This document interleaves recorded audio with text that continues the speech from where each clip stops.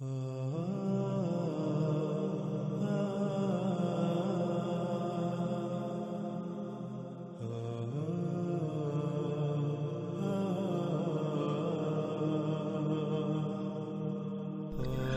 رسول اللہ صلی اللہ علیہ وآلہ وسلم نے اس روایت میں جو بات بیان کی، جو راز ہمارے سامنے رکھے، وہ انتہائی دہلا دینے والے اور چونکا دینے والے ہیں اور آنکھیں کھول دینے والے ہیں۔ اس میں سب سے پہلی بات یہ کہ رسول اللہ صلی اللہ علیہ وآلہ وسلم نے کہا کہ پیدائشی اندھے کو ٹھیک کرے گا، یعنی اس سے آنکھیں دے گا، اندھوں کو آنکھیں دے گا، اور برس یعنی جزام یعنی جو جلدی بیماریاں ہوتی ہیں، جو جلد کی بیماریاں ہوتی ہیں، کوڑ وغیرہ، ایسے مریضوں کو ٹھیک کرے گا، اور حیات دے گا موت کو، یعنی جیسے اللہ سبحانہ و تعالی حیات دیتے ہیں موت کو۔ اللہ سبحانہ و تعالی نے قرآن میں کئی مقامات پر یہی الفاظ بیان کیے کہ اللہ حی کرتا ہے موت کو۔ اور اللہ کیسے حی کرتا ہے موت کو؟ اللہ سبحانہ و تعالی قرآن میں بالکل واضح کرتے ہیں کہ اللہ سبحانہ و تعالی کہتے ہیں، اللہ سبحانہ و تعالی پانی کو نازل کرتا ہے، یعنی بارش برساتا ہے، اس بارش سے زمین حیات نکالتی ہے۔ پہلے وہ مردہ ہوتی ہے، یعنی وہ مواد، وہ میٹیریل جو فصلوں کی صورت میں، نباتات کی صورت میں وہ سامنے آیا، ایک وجود اختیار کیا، وہ میٹیریل، وہ مواد ذرات کی شکل میں پوری دنیا میں زمین کی گہرائیوں میں بکھرا پڑا ہوتا ہے۔ تو اس مواد کو، ان ذرات کو اللہ سبحانہ و تعالیٰ کیسے اکٹھا کرتے ہیں، نباتات کی صورت میں لاتے ہیں، حیات کرتے ہیں، پھر انہی نباتات سے جاندار اور انسان وغیرہ وجود میں آتے ہیں۔ یہ ہے موت کو حیات کرنا۔ تو رسول اللہ صلی اللہ علیہ وآلہ وسلم نے کہا دجال موت کو حیات کرے گا، یعنی دجال بارشیں برسائے گا، ان بارشوں کی وجہ سے زمین اپنی پیداوار نکالے گی۔ دجال زمین کو امر کرے گا، حکم دے گا کہ اپنی پیداوار نکال، اپنی نباتات اگا، تو زمین اسی کے امر سے اپنی نباتات نکالے گی، پھر انہی نباتات سے طرح طرح کے جاندار وجود میں آئیں گے، انہی سے پھر انسان وجود میں آئیں گے۔ یہ ہے دجال کا موت کو حیات کرنا۔ اور یہ اس کا کیا ہے؟ یہ سارے کا سارا اس کی دعوت ہے انسانوں کے لیے کہ میں تمہارا رب ہوں، یعنی انسانوں کو یہ کہہ رہا ہے کہ تم نے اپنی تمام تر ضروریات کو پورا کرنے کے لیے مجھ پر ہی توکل کرنا ہے، مجھ پر ہی توکل کرو، مجھ پر ہی انحصار کرو۔ تو ناظرین، کیا آج یہ سب کچھ ہماری آنکھوں کے سامنے نہیں ہو رہا؟ انہی مشینوں، انہی ایجادات کے ذریعے موت کو حیات میں تبدیل نہیں کیا جا رہا؟ زمین جو کہ پہلے مردہ ہوتی ہے، موت کی صورت میں ہوتی ہے، اس کو حیات میں تبدیل نہیں کیا جا رہا؟ صحراؤں کے صحرا سرسبز و شاداب کھیتوں میں تبدیل نہیں کیے جا رہے؟ انہی سبزیوں سے، انہی پھل فروٹ سے، انہی فصلوں سے کیا انسان اور باقی جاندار وجود میں نہیں آ رہے؟ کیا آپ اسی رزق سے اپنا وجود نہیں بناتے؟ تو رسول اللہ صلی اللہ علیہ وآلہ وسلم نے کہا، پس جس نے کہا تو میرا رب ہے، یعنی جس نے جواباً اس بات کو تسلیم کر لیا، جس نے اپنی ضروریات کو پورا کرنے کے لیے اسی پر توکل کیا، پس تحقیق یعنی بلا شک و شبہ وہ فتنے میں پڑ گیا، وہ دجال کے فتنے کا شکار ہو گیا۔ فتنہ جیسے کہ ہم پہلے بھی جان چکے ہیں، فتنہ ہوتا ہے اصل کے مقابلے میں نقل کا آ جانا، اور آپ کے اوپر یہ امتحان پڑ جائے کہ ان میں اصل کون سی ہے، اور اگر آپ چاہتے یا نہ چاہتے ہوئی نقل کو اختیار کر لیں، اس کا انتخاب کر لیں، تو یہ ہے فتنے میں پڑنا۔ ناظرین، اصل کیا ہے؟ اصل رب کیا ہے؟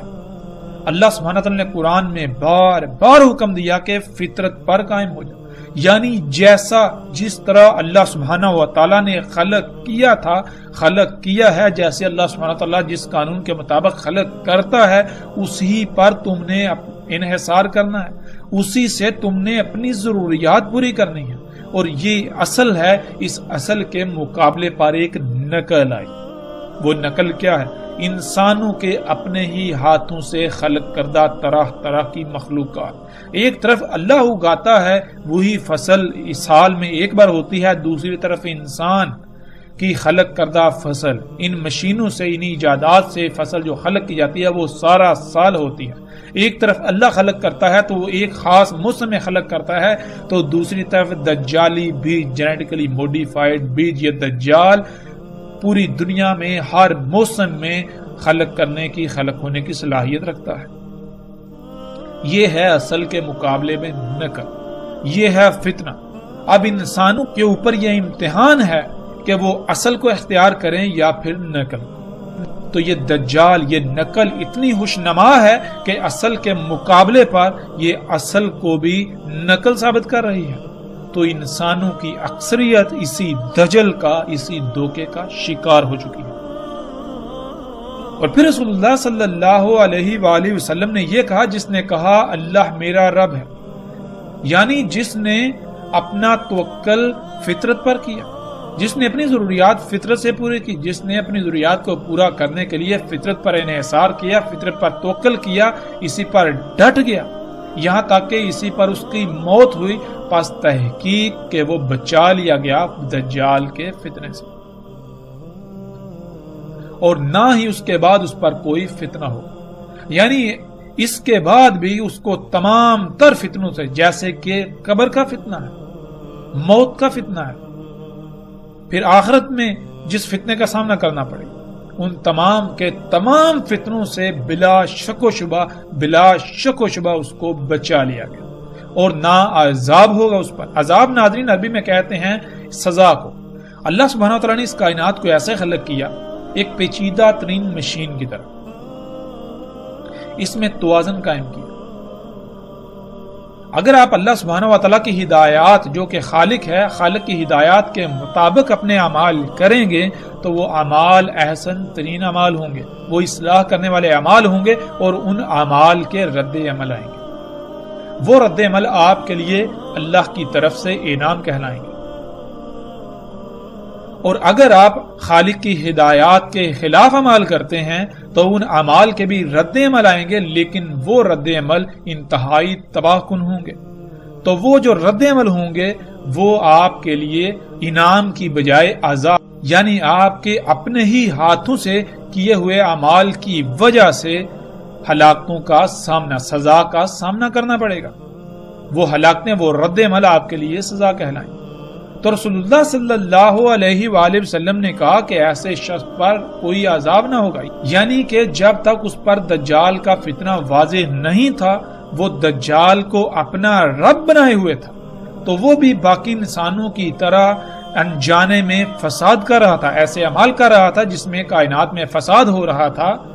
تو جب اس کے اوپر دجال واضح ہو گیا، جب اس کے اوپر حقیقت کھل گئی، اس کے اوپر یہ فتنہ بالکل واضح ہو گیا کہ میں تو دجال کو رب بنا چکا ہوں، تو وہ بغیر کسی بہانے کے، بغیر کسی ہیلے حجت کے فوراً اللہ کی طرف پلٹا، فوراً اس نے اللہ سے رجوع کیا، فوراً وہ فطرت پر قائم ہوا، وہ اعمال کیے جس کا اللہ نے حکم دیا، یعنی دجال کی آگ کو اختیار کیا۔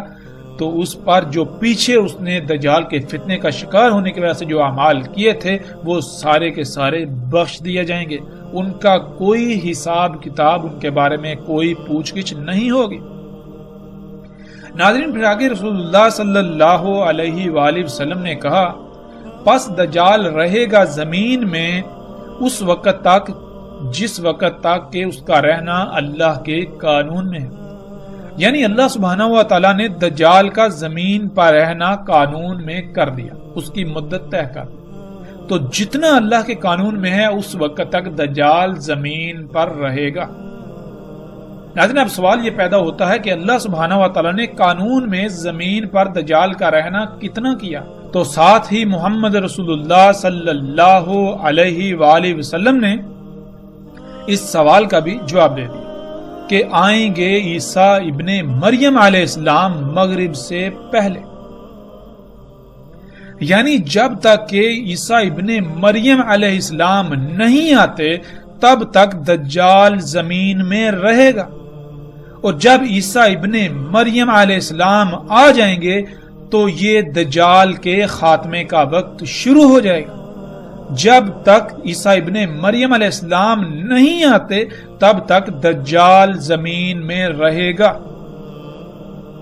اور عیسیٰ ابن مریم علیہ السلام کب آئیں گے اس کے بارے میں رسول اللہ صلی اللہ علیہ وآلہ وسلم نے کہا کہ مغرب سے پہلے۔ ناظرین، اس مغرب کا مطلب ہرگز یہ نہیں ہے کہ جسے آج ہم فجر، ظہر، عصر، مغرب اور عشاء کہتے ہیں، نہیں، بلکہ یہ امت محمد کو جو یوم دیا گیا، جو آگے جا کر ہمارے اوپر بالکل واضح ہو جائے گا کہ اللہ سبحانہ وتعالی نے ہر امت کے لیے ایک ایک یوم کا تعین کیا تھا۔ ایک یوم کی مقدار 1000 سال، تو امت محمد کو جو یوم ملا اس کی مدت بھی 1000 سال تھی، لیکن پچھلی امتوں کا چھوڑا ہوا 500 سال بھی اس امت کو ملے۔ یوں اس امت کا مجموعی طور پر جو یوم بنا اس کی مدت بنتی ہے 1500 سال۔ ناظرین، یہ یوم امت کا یوم، پوری امت کے یوم کی بات ہو رہی ہے، نہ کہ کسی ایک فرد واحد کے یوم کی۔ فرد واحد کا یوم الگ ہے، امت کا یوم الگ ہے۔ اس پوری امت کا یوم بنتا ہے 1500 سال کا۔ تو اس 1500 سال کو اگر آپ 5 پر تقسیم کریں تو اس میں آپ کو 5 اوقات سامنے آئیں گے۔ ان میں سب سے پہلا وقت جو ہوگا وہ مغرب ہوگا، جو کہ آپ جانتے ہیں کہ اسلام میں دن کی ابتدا ہوتی ہے، یوم کی ابتدا ہوتی ہے مغرب سے، سورج کے غروب ہو جانے سے۔ سورج کا غروب ہو جانا یوم کا آخر ہوتا ہے، یوم کا اختتام ہوتا ہے۔ مغرب پہلا وقت، عشاء دوسرا وقت، فجر تیسرا وقت، ظہر چوتھا وقت اور عصر اس یوم کا 5واں اور آخری وقت ہے۔ تو عیسیٰ ابن مریم علیہ السلام عصر کے وقت آخر میں، جبکہ عصر کا وقت بھی ختم ہونے والا ہوگا، اس وقت آئیں گے گویا کہ اب مغرب ہونے ہی والی ہے، یعنی کہ یوم کا بالکل خاتمہ ہونے والا ہے۔ اس وقت عیسیٰ ابن مریم علیہ السلام آئیں گے۔ اور پھر رسول اللہ صلی اللہ علیہ وآلہ وسلم نے کہا کہ عیسیٰ ابن مریم علیہ السلام تصدیق کریں گے محمد علیہ السلام کے ساتھ، یعنی عیسیٰ ابن مریم علیہ السلام محمد رسول اللہ صلی اللہ علیہ وآلہ وسلم کی ہی تمام کی تمام باتوں کی تصدیق کریں گے، انہی ہی کی باتوں کے ساتھ، کہ جس کو آج تم اپنے لیے مسیحا سمجھتے ہو، یہ مسیحا نہیں ہے، یہ دجال ہے۔ دیکھو، محمد رسول اللہ صلی اللہ علیہ وآلہ وسلم نے آج سے 14 صدیاں قبل اس کو دجال کہا۔ آج جن اشیاء کو تم اپنے لیے مسیحا سمجھتے ہو، اپنے لیے فائدہ سمجھتے ہو، وہ تمہارے لیے فائدہ نہیں ہے، وہ تمہارے لیے مسیحا نہیں ہے، یہ سب دجال ہے، یہ سب دھوکہ ہے۔ تم اس دجل کا شکار ہو چکے ہو، تم نے اس کو اپنا رب بنا لیا ہوا ہے۔ اور جیسا کہ ہم نے شروع کی اقساط میں بھی رسول اللہ صلی اللہ علیہ وآلہ وسلم کے ان الفاظ کو سامنے لایا تھا کہ رسول اللہ صلی اللہ علیہ وآلہ وسلم نے کہا تھا کہ میں تمہیں دجال کے بارے میں سب کچھ بیان کر چکا، وہ جتنی بھی جیسی بھی جو بھی ایجادات ہوں گی، جو بھی واقعات ہوں گے، جو بھی حادثات ہوں گے، سب کے بارے میں تفصیل کے ساتھ ہر پہلو سے کھول کر بتا چکا۔ لیکن اس کے باوجود مجھے یہ یقین ہے کہ یہ ممکن ہی نہیں کہ وہ تمہاری عقلوں میں آ جائے، یعنی کہ تم اسے رب بنا لو گے۔ تم دجال کے بارے میں طرح طرح کی کہانیاں گڑھ کے دجال سے ہی غافل ہو جاؤ گے۔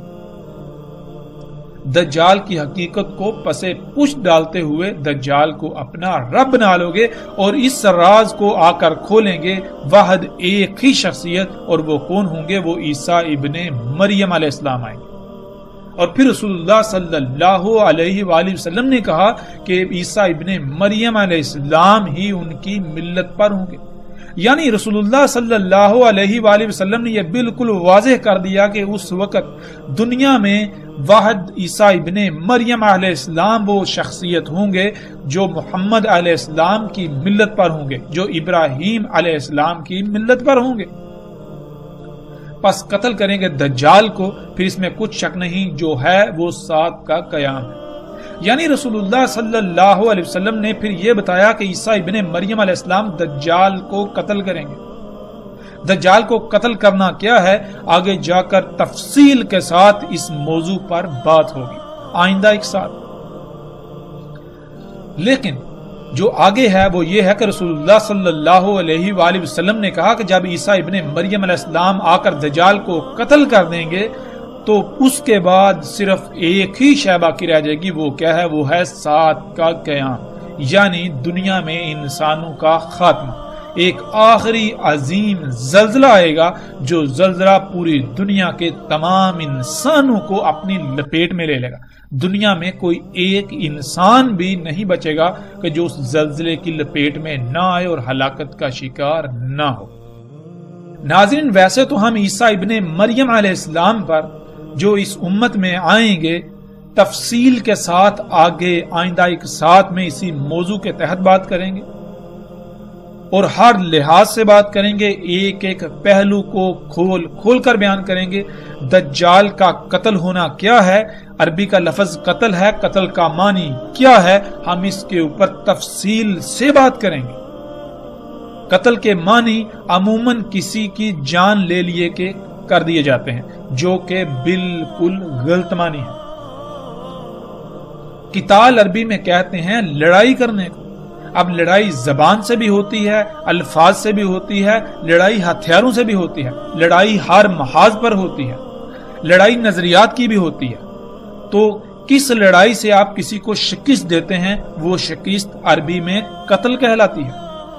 اگر آپ جسمانی طور پر کسی شخص کے ساتھ یا کچھ شخصیات کے ساتھ لڑائی کرتے ہیں تو اس میں یقینی طور پر جس کی شکست ہوگی اس کو ہم عربی میں قتل کہیں گے، یعنی اس کی جان چلی جائے گی۔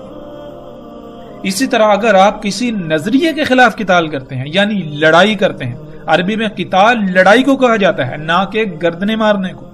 قتال کہتے ہیں لڑنے کو۔ اب اگر آپ کسی سے نظریات کے خلاف لڑتے ہیں، اگر آپ کی جنگ نظریات و عقائد کے خلاف ہے، اگر آپ کی جنگ کسی اور موضوع پر ہے، کسی اور لحاظ سے ہے، تو اسی لحاظ سے جو آپ لڑائی کریں گے وہ عربی میں قتال، اور جو سامنے والے کو یا دشمن کو جو شکست ہوگی وہ قتل کہلاتا ہے۔ لیکن اس پر تفصیل کے ساتھ ہر پہلو سے جو بات ہوگی وہ آئندہ آنے والی ایک ساتھ میں۔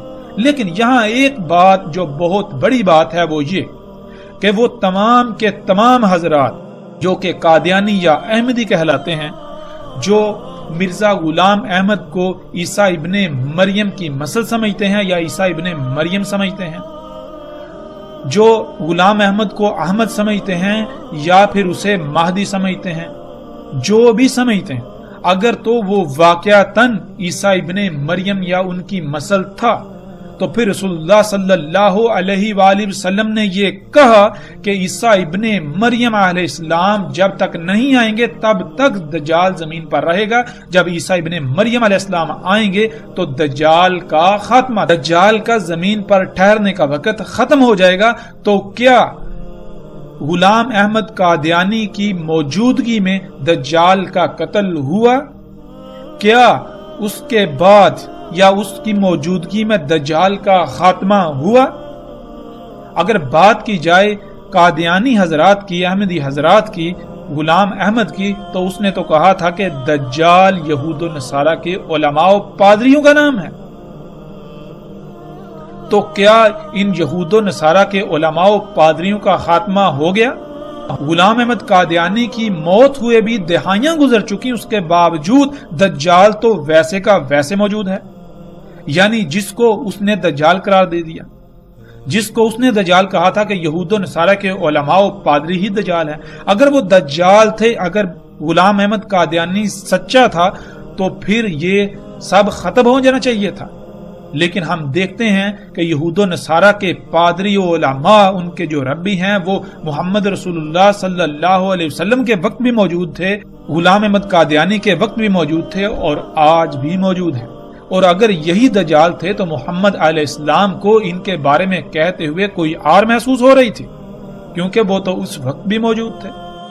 پھر دوسری بات، محمد رسول اللہ صلی اللہ علیہ وآلہ وسلم نے یہ کہا تھا کہ عیسیٰ ابن مریم علیہ السلام ان کی ملت پر ہوں گے اور اس کے علاوہ وہ ان کی تصدیق کریں گے انہی کے ساتھ۔ تو آپ غور و فکر کریں کہ کیا غلام احمد قادیانی نے کچھ ایسا کیا، کچھ ہٹ کر کیا؟ پھر رسول اللہ صلی اللہ علیہ وآلہ وسلم نے جو بات کہی کہ عیسیٰ ابن مریم کے بعد جو ہوگا وہ کیا ہے؟ وہ ہے سات کا قیام، یعنی دنیا میں انسانوں کا خاتمہ صرف وہ ہوگا۔ تو اب ہم ناظرین جب غور و فکر کریں، دیکھیں تو غلام احمد قادیانی کے وفات کے بعد، اس کی موت کے بعد، اس کی موت کو دہائیاں گزر چکی، اس کے موت کے بعد بھی بڑے بڑے عوامل وقوع پذیر ہو رہے ہیں۔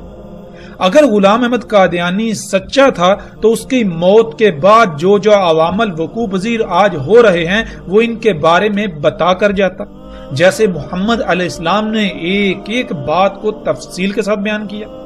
اور اگر وہ سچا تھا تو اب تک تو سات کا قیام بھی ہو جانا چاہیے تھا، لیکن کیا ہے کہ ابھی تک تو سات کا قیام بھی نہیں ہوا۔ پھر اس کے علاوہ قرآن میں الواقعہ کا ذکر ہے، قرآن میں آسمان کے پھٹ جانے کا ذکر ہے، قرآن میں الحاقہ کا ذکر ہے، قرآن میں القاریہ کا ذکر ہے، قرآن میں اور بہت سارے بڑے بڑے واقعات کا ذکر ہے، لیکن کیا ہے کہ غلام احمد قادیانی نے کسی ایک موضوع پر بھی لب کشائی نہیں کی، انسانیت کی رہنمائی نہیں کی کہ الحاقہ کیا ہے، القاریہ کیا ہے، الواقعہ کیا ہے۔ کسی بھی موضوع پر غلام احمد قادیانی کے کوئی الفاظ نہیں ملتے، اگر ملتے ہیں تو ان کا حقیقت کے ساتھ دور دور تک کوئی تعلق نہیں۔ اور جیسے جیسے ہم آگے بڑھیں گے تو انشاءاللہ اللہ کے فضل سے ناظرین ہم ایک ایک پہلو کو ہر لحاظ سے کھول کھول کر بیان کریں گے۔ قادیانی اس سمیت ہمارا کسی سے کوئی مقابلہ نہیں ہے، لیکن ہم یہ ضرور کہیں گے کہ اگر کوئی اپنے آپ کو سچا کہتا ہے تو اس کو اپنے آپ کو سچا ثابت کرنا پڑے گا۔ اگر وہ چاہتا ہے، اگر وہ یہ کہتا ہے کہ وہ سچا ہے، تو ہم اس کو دعوت دیتے ہیں کہ دنیا کے کسی بھی پلیٹ فارم پر آ جائیں، قرآن سے، ہم اللہ کی کتاب سے، ہم اللہ کے قوانین سے، ہر لحاظ سے اس کو باطل ثابت کریں گے۔ اگر وہ حق پر ہوا تو ہم اس کے حق پر ہونے کی گواہی دیں گے، لیکن اگر ہم نے اسے باطل ثابت کر دیا، اللہ کی کتاب نے، اللہ کی اس کائنات نے، اللہ کے قوانین نے اس کو باطل ثابت کر دیا، تو کیا وہ حق پر ایمان لائیں گے؟ یہ ہمارا چیلنج ہے۔ اور الحمدللہ ہم کسی قسم کے کسی فتوے پر یقین نہیں رکھتے، کسی قسم کے ایسے جھگڑے پر یقین نہیں رکھتے کہ جو منافقین کی علامت ہو۔ ہم اگر یقین رکھتے ہیں تو وہ رکھتے ہیں عمل پر، ہم اگر یقین رکھتے ہیں تو ہم یقین رکھتے ہیں دلائل پر، ہم اگر یقین رکھتے ہیں تو ہم یقین رکھتے ہیں علم پر۔ بات ہوگی کھل کر ہوگی، ہر لحاظ سے ہوگی، علم کی بنیاد پر ہوگی۔ ہم سے آپ چاہے لاکھ سوال کریں، کروڑ سوال کریں، ہم کسی سوال کو گھمائیں گے نہیں، کسی سوال کو پھیریں گے نہیں، ہم کسی سوال پر کسی قسم کی محاذ آرائی نہیں کریں گے۔ ہم انتہائی اطمینان اور تسلی سے آپ کی بات سنیں گے، اور انتہائی اطمینان اور تسلی سے ہر لحاظ سے اپنے ہوش و حواس پر قابو رکھتے ہوئے، ہر لحاظ سے اللہ کی سنت کو اپناتے ہوئے، اللہ کا رنگ اختیار کرتے ہوئے جواب دیں گے۔ تو اس میدان میں الحمدللہ ہر خاص و عام کو ہماری طرف سے دعوت ہے کہ وہ میدان میں آئیں۔ اگر وہ اپنے دعوے میں سچے ہیں تو وہ آ کر ہمارے سوالات کے جوابات دیں۔ ناظرین جیسے جیسے ہم آگے بڑھیں گے، آئندہ ایک ساتھ میں ہم اس موضوع پر ہر لحاظ سے بات کریں گے، لیکن جب اس موضوع کا وقت آئے گا اب ہم پلٹتے ہیں واپس اپنے اسی موضوع کی طرف جس پر ہم بات کر رہے ہیں۔ تو ناظرین اپنے ارد گرد غور و فکر کریں اور دیکھیں کہ کیا دجال کی وجہ سے آج یہ ممکن نہیں ہو گیا کہ جن لوگوں کی آنکھیں نہیں، آنکھیں ضائع ہو جاتی ہیں تو ان کو آنکھیں لگائی جا رہی ہیں، آنکھیں ٹرانسپلانٹ کی جاتی ہیں۔ ٹرانسپلانٹ تو دور کی بات ہے، بلکہ مصنوعی آنکھیں بھی تیار کر کے وہ لگائی جا رہی ہیں۔ اسی طرح یہاں تک کہ دل تک مصنوعی بنا کر وہ لگائے جا رہے ہیں۔ اور جذام کے مریض، ان کی بھی ہر لحاظ سے ٹریٹمنٹ کی جا رہی ہے، ان کا بھی علاج کیا جا رہا ہے، یہاں تک کہ آپ کا پورا چہرہ تبدیل کر دیا جاتا ہے، آپ کی پوری کھال بدل دی جاتی ہے۔ یہ سب کچھ آج آپ اپنی آنکھوں سے ہوتا ہوا دیکھ رہے ہیں۔ اس طرح ناظرین دجال کا موت کو حیات کر، دجال موت کو حیات کرے گا۔ ناظرین اس بارے میں ایک بہت بڑی غلط فہمی پھیلا دی جا چکی ہے جو کہ لوگوں میں عام ہے۔ وہ یہ کہ وفات شدہ انسانوں کو جو کہ مر کر گڑوں میں دفن ہیں ان کو زندہ کرے گا، یعنی ان میں روح کو پلٹائے گا۔ یہ بات بالکل غلط اور بے بنیاد ہے، اس کا ذخیرہ احادیث میں کہیں بھی ذکر نہیں ملتا۔ احادیث میں جو الفاظ آئے ہیں وہ یہ ہیں یحیی الموت، جس کے معنی ہے موت کو حیات کرنا۔ قرآن میں اللہ سبحانہ و تعالیٰ نے کئی مقامات پر یہی الفاظ اپنی طرف منسوب کر کے بیان کیے کہ اللہ حیا کرتا ہے موت کو، بالکل یہی الفاظ۔ اور نہ صرف اللہ سبحانہ و تعالیٰ نے کئی مقامات پر یہ ذکر کیا بلکہ اس کی باقاعدہ وضاحت بھی کر دی کہ اللہ کیسے موت کو حیات کرتا ہے۔ اللہ سبحانہ و تعالیٰ نے تمام مخلوقات کی پہلے موت خلق کی۔ موت کہتے ہیں چھوٹے چھوٹے ذرات کی شکل میں اس مواد کو جس مواد سے شے وجود میں لائی جاتی ہے۔ اور اللہ سبحانہ و تعالیٰ نے انسانوں کو بھی کہا کہ پہلے تم اموات تھے، پھر تمہیں حیات کیا، پھر اموات ہو جاؤ گے، اس کے بعد پھر زمین سے نکال کھڑا کیا جائے گا۔ اور اللہ سبحانہ و تعالیٰ نے بہت ہی تفصیل سے بتا دیا کہ اللہ کیسے موت کو حیات کرتا ہے۔ اللہ سبحانہ و تعالیٰ نے قرآن کے کئی مقامات پر کہا کہ اللہ آسمان سے پانی برساتا ہے، اس پانی سے زمین سے نباتات اگتی ہیں، یعنی مردہ زمین کو حیات ملتی ہے، پھر ان نباتات سے انسانوں سمیت مختلف جاندار مخلوقات وجود میں آتی ہیں۔ ناظرین، پچھلی ایک ساتھ میں اس کی مکمل تفصیل گزر چکی۔ بالکل اسی طرح دجال بھی موت کو حیات کرے گا، یعنی وہ بارشیں برسا کر نباتات اگائے گا، وہ طرح طرح کی اشیاء سے، ادویات سے، کیمیکل سے، کھادوں سے، زمین سے نباتات اگائے گا، ان نباتات سے مخلوقات وجود میں آئیں گی، انہی سے انسان بھی وجود میں آئیں گے۔ اور یہ آج سب کچھ ہماری آنکھوں کے سامنے ہو رہا ہے، اور یہ سب کچھ اسی ٹیکنالوجی سے، انہی ایجادات سے ممکن ہوا جن ایجادات کو انسان اپنے لیے مسیحا یعنی فائدہ مند سمجھتا ہے، اپنے لیے سہولتیں اور آسائشیں اور آسانیاں سمجھتا ہے۔ انہی ایجادات کے ذریعے مختلف طریقوں سے بارشیں برسائی جا رہی ہیں اور مردہ زمین کو حیات کیا جا رہا ہے۔ پھر آگے رسول اللہ صلی اللہ علیہ وآلہ وسلم نے کہا وَيَقُولُ لِلنَّاسِ أَنَا رَبُّكُمْ، اور کہے گا انسانوں کو کہ میں تمہارا رب ہوں، یعنی کہ جو کچھ میں اگا رہا ہوں، جو میں موت کو حیات کر رہا ہوں، تم اسی حیات سے اپنے وجود بناؤ، تم اسی حیات سے، انہی اشیاء سے اپنی ضروریات کو پورا کرو، تم مجھ پر ہی توکل کرو۔ تو ناظرین، آج کیا ہو رہا ہے؟ آج آپ اپنی ہی ذات میں غور و فکر کریں، اپنے ارد گرد غور و فکر کریں، اپنے ارد گرد دیکھیں کہ آپ نے کس کو رب بنایا ہوا ہے۔ کیا آپ اپنی ضروریات فطرت سے پوری کر رہے ہیں، اللہ پر توکل کر رہے ہیں، فطرت پر توکل کر رہے ہیں، یا پھر آپ اپنی ضروریات کے لیے انہی مشینوں، انہی ایجادات پر توکل کرتے ہیں، انہی سے اپنی ضروریات پوری کرتے ہیں؟ ذرا غور تو کیجئے کہ آپ دجال کو رب نہیں بنا چکے۔ ناظرین، وہ کون سی شے ہے جو آج آپ کو آپ کی تمام تر ضروریات خلق کر کے مہیا کر رہی ہے؟ ایک طرف اللہ ہے کہ جس نے فطرت، یہ مشین، یہ نظام بنا دیا کہ جس ذریعے سے تمہاری ضروریات خلق ہوں اور تم ان ضروریات سے اپنی زندگی گزارو، ان سے اپنی ضروریات پوری کرو، اور دوسری طرف یہ مشینیں ہیں انسان کے اپنے ہی ہاتھوں سے خلق کر دو، جن مشینوں کے ذریعے انسان کے لیے اس کی ضروریات خلق کی جا رہی ہے۔ تو آپ کس پر انحصار کر رہے ہیں؟ کس کی خلق کردہ ضروریات سے، کس کی خلق کردہ اشیاء سے اپنی ضروریات کو پورا کر رہے ہیں؟ کس پر انحصار کر رہے ہیں؟ جس پر آپ انحصار کر رہے ہیں وہی تو آپ کا رب کہلائے گا۔ زبان سے آپ بے شک لاکھ اللہ کو اپنا رب کہیں، لیکن آپ کی مثال بالکل اس شخص کی سی ہوگی جو کہ رسول اللہ صلی اللہ علیہ وآلہ وسلم کی موجودگی میں ایک شخص آتا ہے، کعبے کے غلاف کو پکڑ کر جھنجھوڑتا ہے اور کہتا ہے یا رب یا رب، اور رسول اللہ صلی اللہ علیہ وآلہ وسلم اس کو دیکھ کر، اس کی حالت کو دیکھ کر کہ اتنی دور سے آیا ہوا ہے، کپڑے اس کے دھول مٹی سے اٹکے ہوئے ہیں، تھکاوٹ سے چور ہے، اس کے باوجود یہ کہتے ہیں کہ اللہ کیسے اس کی دعا کو قبول کر لے۔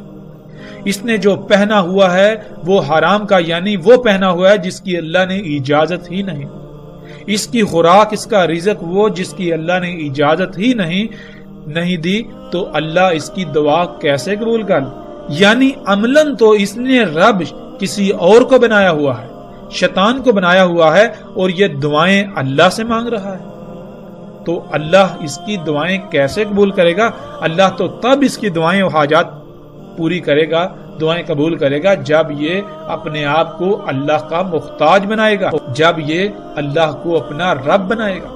لیکن اس کا معاملہ کیا ہے؟ یہ زبان سے تو اللہ کو اپنا رب کہہ رہا ہے، لیکن عملاً اس نے شیطان کو اپنا رب بنایا ہوا۔ بالکل اسی طرح ناظرین آج دنیا میں اکثریت کی مثال ہے کہ وہ زبان سے تو کہتے ہیں اللہ ہمارا رب ہے، لیکن عملاً انہوں نے اللہ کی بجائے انہی مشینوں کو اپنا رب بنایا ہوا ہے، انہی ایجادات کو اپنا رب بنایا ہوا ہے۔ ناظرین یہ ایک ایسی اٹل حقیقت ہے کہ جس کو آج آپ اپنی آنکھوں سے دیکھ رہے ہیں، آپ چاہ کر جٹلانے کے باوجود بھی نہیں جٹلا سکتے۔ اس کے باوجود اگر آپ اس کا انکار کرتے ہیں، اس سے آنکھیں بند کرتے ہیں، تو جان لیجئے کہ اس کا نقصان کسی اور کو نہیں، اس کا نقصان آپ کی اپنی ہی ذات کو ہوگا، یہ نقصان آپ کا اپنا ہی ہوگا۔ یہ دنیا میں جو آپ کو مدت دی گئی، جو وقت آپ کے لیے متعین کیا گیا، یہ انتہائی محدود ہے۔ تھوڑا غور تو کریں، جو زندگی آپ کی پیچھے گزر گئی کیا اس کا کوئی حساب کتاب ہے؟ تو آگے ہو سکتا ہے ایک لمحہ ہو یا وہ بھی نہ ہو، آگے ہو سکتا ہے ایک مہینہ، ایک سال ہو، وہ بھی نہ ہو، آگے ہو سکتا ہے ایک دہائی ہو، اور وہ بھی گزر جانی ہے، بالکل اس طرح جیسے پچھلی زندگی آپ نے گزار لی۔ لیکن اگر آپ نے آج حق کو اپنی آنکھوں سے دیکھنے کے باوجود اپنی آنکھیں بند کر لیں، تو پھر بعد میں سوائے پچھتاوے کے کچھ نہیں رہے گا، کیونکہ یہی دنیا، یہی زمین وہی جہنم ہے جس کا آپ سے وعدہ کیا گیا ہے۔ یہ جہنم کیسے بنے گی؟ آپ کے انہی اعمال سے، جن اعمال کی وجہ سے آپ نے اس کو اتنا فساد زدہ کر دیا کہ اب یہ زلزلے، یہ طوفان، یہ بیماریاں، یہ تباہیاں دن بدن بڑھتی چلی جائیں گی، درجہ حرارت دن بدن بڑھتا چلا جائے گا۔ اور تصور کریں جب یہ سب بڑھتا ہی چلا جائے، اس میں کوئی رکاوٹ پیدا نہ ہو، تو زمین کے حالات کیا ہوں گے؟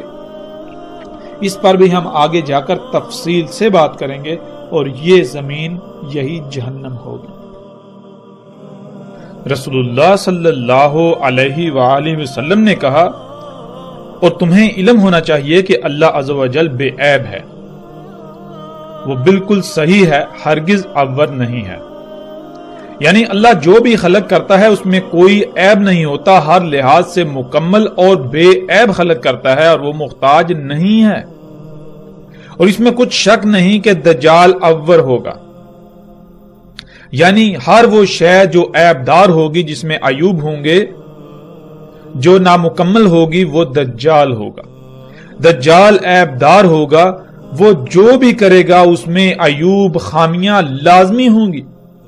دیکھنے کا آلہ ممسوح ہوگا، درمیان اس کے دیکھنے کے آلات کے کتب ہوگا کافر۔ پہچان لے گا اسے ہر مومن، خواہ وہ لکھنا جانتا ہو یا نہ جانتا ہو۔ ناظرین اس روایت میں جو الفاظ استعمال ہوئے ہیں، ان الفاظ کا جاننا بہت ضروری ہے، کیونکہ جب تک ہم ان الفاظ کو نہیں سمجھیں گے، نہیں جانیں گے، تب تک ہم اس روایت کو نہیں سمجھ سکیں گے۔ تب تک ہم اس روایت میں رسول اللہ صلی اللہ علیہ وآلہ وسلم نے ہماری کیا رہنمائی کی، ہم اسے نہیں جان سکیں گے۔ اس روایت کے بارے میں ایک بہت بڑی غلط فہمی عام کر دی گئی، لوگوں میں پھیلا دی گئی، جو ہر خاص و عام کی زبان پر ہے، زبان زد عام ہے، وہ یہ کہ اس روایت کا جو ترجمہ کیا جاتا ہے وہ یہ کیا جاتا ہے کہ جان لو اللہ عز و جل صحیح ہے، وہ کانا نہیں ہے، وہ ایک آنکھ والا نہیں ہے، اور دجال جو ہے وہ ایک آنکھ والا ہوگا۔ یعنی عور لفظ کے اس میں جو لفظ استعمال ہوا ہے عور، اس کا ترجمہ کیا جاتا ہے کانا، ایک آنکھ والا، حالانکہ حقیقت بالکل نہیں۔ پیچھے ہم کئی مقامات پر یہ بات واضح کر چکے کہ عربی دنیا کی واحد ایسی زبان ہے جس کا ترجمہ کرنا ناممکن ہے۔ دنیا میں کوئی بھی ایسی زبان نہیں ہے جس کو عربی کے متبادل کے طور پر پیش کیا جا سکے۔ جب ایسی کوئی زبان موجود ہی نہیں ہے، ایسی کوئی زبان اپنا وجود رکھتی ہی نہیں ہے، تو یہ کیسے ممکن ہے کہ عربی کا ترجمہ کیا جا سکے؟ ترجمہ تو کہتے ہیں ایک زبان کا کسی دوسری زبان میں متبادل کو۔ جب متبادل موجود ہی نہیں تو ترجمہ کیسے کیا جا سکتا ہے؟ لیکن ناظرین اب ہم آتے ہیں واپس اپنے موضوع کی طرف، وہ یہ کہ اس روایت کا جو آج تک ترجمہ کیا جاتا رہا، جو لوگوں میں بات پھیلا دی گئی، جو عام کر دی گئی، جو ہر شخص کی زبان پر ہے، جس کی وجہ سے اکثریت نے گمراہی کا سودا کیا، دجال کو پہچاننے سے قاصر رہے، حق سے دور رہے، وہ یہ کہ اس کا ترجمہ کیا جاتا ہے کہ اللہ کانا نہیں ہے، اللہ ایک آنکھ والا نہیں ہے، دجال کانا ہوگا، ایک آنکھ والا ہوگا۔ تو ناظرین، کیا اس کا مطلب یہ ہے کہ اللہ کی دو آنکھیں ہیں، بالکل اسی طرح جیسے انسان کی دو آنکھیں ہوتی ہیں؟ ناظرین، سب سے پہلا سوال تو یہاں پیدا ہوتا ہے کہ کیا ہم اللہ سبحانہ و تعالیٰ کو اس دنیا کی زندگی میں، اس دنیا میں دیکھ سکتے ہیں؟ جب ہم اللہ کو اس دنیا میں دیکھ ہی نہیں سکتے تو پھر یہ کیسے ہم کہہ سکتے ہیں کہ اللہ کی دو آنکھیں ہیں یا اللہ ایک آنکھ والا نہیں ہوگا؟ جب ہم اللہ کو دیکھ ہی نہیں سکتے، اس دنیا میں اللہ کو دیکھ ہی نہیں سکتے، اللہ اس دنیا میں ہمارے سامنے آ ہی نہیں سکتا، ہمارا دماغ اس کا احاطہ ہی نہیں کر سکتا، ہمارا دماغ اس کا تصور بھی نہیں کر سکتا، تو پھر کوئی بھی ہو، اس کی ایک آنکھ تو کیا دو بھی ہوں، بے شک چار آنکھیں ہوں، جتنی بھی ہوں، وہ اللہ کیسے ہو سکتا ہے؟ تو پھر یہ کہنا کہ تمہارا رب جو ہے وہ دو آنکھوں والا ہے اور دجال ایک آنکھ والا ہوگا، یہ بات بالکل بے معنی، بے وقت ہو جاتی ہے۔ جب ہم اس دنیا میں اللہ کو دیکھ ہی نہیں سکتے تو کوئی بھی آ جائے جیسا جی چاہے آ جائے، وہ اللہ نہیں ہو سکتا۔ تو پھر یہ کہنا کہ اللہ دو آنکھوں والا ہے، اللہ ایک آنکھ والا نہیں اور دجال ایک آنکھ والا ہوگا، یہ بات بالکل بے معنی، انتہائی بے وقوفانہ اور انتہائی جاہلانہ ہے۔ ناظرین، اصل بات کیا ہے اور حقیقت کیا ہے؟ حقیقت یہ ہے کہ اس روایت میں جو لفظ استعمال ہوا وہ لفظ ہے عور، اور عور کہتے ہیں کسی بھی شے کا ایک ہی پہلو دیکھ پانا۔ اللہ سبحانہ و تعالیٰ نے قرآن میں واضح یہ کہا کہ اللہ سبحانہ و تعالیٰ نے ہر شے کا اس سے جوڑا خلق کیا، ہر شے کے دو پہلو ہیں۔ اللہ عز و جل جو ہے وہ صحیح ہے، اس کے لیے عور ہونا نہیں ہے۔ مطلب کیا ہے کہ اللہ سبحانہ و تعالیٰ جو کچھ بھی خلق کرتا ہے وہ دونوں پہلوؤں سے مکمل خلق کرتا ہے، وہ جو کچھ بھی خلق کرتا ہے وہ بے عیب خلق کرتا ہے، اس کی ہر شے میں حمد ہی حمد ہوتی ہے، لیکن دجال عور ہوگا، یعنی وہ سب کا سب دجال ہوگا جو ایک پہلو سے تو مکمل نظر آئے گا لیکن دوسرے پہلو سے نامکمل ہوگا، یعنی جس میں سائیڈ ایفیکٹس ہوں گے۔ اور اسی طرح دجال جو بھی خلق کرے گا وہ ایک ہی پہلو دیکھ پائے گا، ایک ہی پہلو سے دیکھ کر مکمل خلق کر پائے گا، دوسرے پہلو سے یکسر نامکمل خلق ہوگی۔ وہ خلق، وہ شے، جو شے بھی وجود میں آئے گی اس میں عیوب ہوں گے، اس میں خامیاں ہوں گی، اس میں کجیاں ہوں گی، اس میں کوتاہیاں ہوں گی، اس میں لاپرواہیاں ہوں گی، وہ شے دونوں پہلوں سے مکمل نہیں ہوگی۔ اور ناظرین، جیسے جیسے ہم آگے بڑھیں گے، اور پیچھے بھی ہم یہ بات کر چکے پچھلی اقساط میں کہ رسول اللہ صلی اللہ علیہ وآلہ وسلم نے یہ کہا تھا کہ میں تمہیں دجال کے بارے میں ایک ایسی بات بتا رہا ہوں کہ جو میرے علاوہ کسی نبی نے اپنی قوم کو، اپنی امت کو نہیں بتائی۔ وہ کیا ہے؟ وہ یہی کہ دجال کی پہچان کے لیے تمہارے لیے جو میں رہنمائی کر رہا ہوں تمہاری، وہ یہ ہے کہ دجال عور ہوگا اور اللہ عز و جل عور نہیں ہے۔ اور انتہائی افسوس اور دکھ کی بات یہ ہے کہ وہ شے، وہ بات جس سے دجال کو پہچانا جا سکتا تھا، اسی کو چھپا دیا گیا۔ ان علماء دجال نے، اس طبقے نے جو اپنے آپ کو علماء کہلاتا ہے، انہوں نے دجال کی پہچان کے اوپر ہی پردہ ڈال دیا۔ جس شے سے، جس بات سے دجال کو جانا جا سکتا تھا، پہچانا جا سکتا تھا، اس کے اوپر ہی پردہ ڈال دیا۔ وہ جو ایک منفرد بات جو رسول اللہ صلی اللہ علیہ وآلہ وسلم نے باقی انبیاء سے ہٹ کر اپنی امت کو، اپنی قوم کو بتائی، اس بات کے اوپر ایسے پردہ ڈال دیا گیا کہ کوئی بھی دجال کو نہ پہچان سکا۔ یوں اکثریت نے گمراہی کا سودا کیا اور دجال کو اپنا رب بنا بیٹھی۔ تو اس بات کا اس کا ذمہ دار کون سا طبقہ اس کا ذمہ دار ہے؟ مثال کے طور پر آج ناظرین ہم غور کریں، جتنی بھی مشینیں ہیں، آپ ان مشینوں کی بات کر لیں، ان مشینوں کی مثال لے لیں، ان کو سامنے رکھ لیں جنہیں آپ گاڑیاں کہتے ہیں۔ جب یہ گاڑیاں وجود میں آئیں تو بڑے بڑے دعوے کیے گئے کہ اب ہم انتہائی تیز رفتاری سے انتہائی پرسکون اور آرام دہ طریقے سے سفر کریں گے، ہمیں سفر میں کسی قسم کی کوئی مشکل پیش نہیں آئے گی، کسی قسم کی مصیبت کا مشکل کا سامنا نہیں کرنا پڑے گا۔ یہ سواری کے ذرائع بہت زبردست ذرائع ہیں، احسن ترین ذرائع ہیں، لیکن حقیقت کیا نکلی؟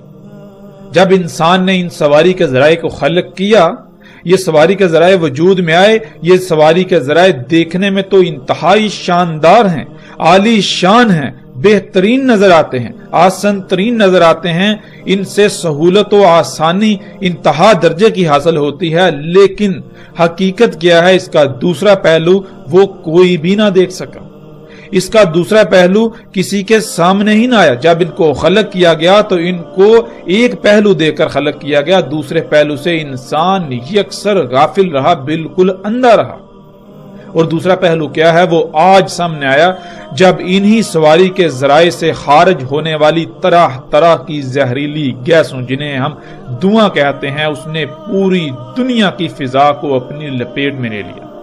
پوری دنیا کی فضا، یہ جو پہلا آسمان ہے جس میں ہم سانس لیتے ہیں، یہ ان طرح طرح کی زہریلی گیسوں سے بھر چکا، جس سے طرح طرح کی مصیبتیں، بیماریاں، تکالیف کا پوری دنیا کے انسانوں کو سامنا کرنا پڑ رہا ہے۔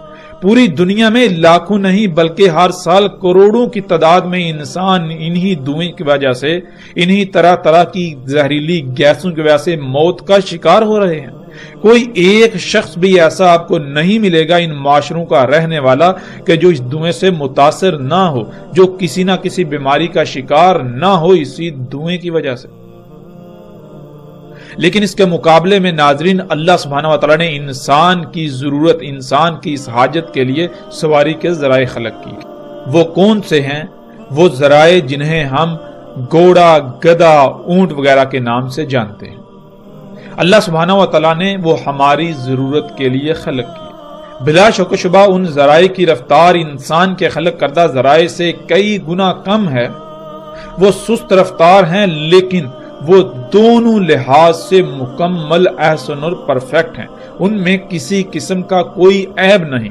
وہ سواری کے ذرائع اگر خرب خرب سال بھی استعمال کیے جائیں تو اس دنیا میں ایک رائی برابر بھی کوئی خامی، کوئی کجی، کوئی کوتاہی نہیں ہوگی، اس میں رائی برابر بھی کوئی عیب پیدا نہیں ہوگا، اس میں کسی قسم کا کوئی فساد نہیں ہوگا۔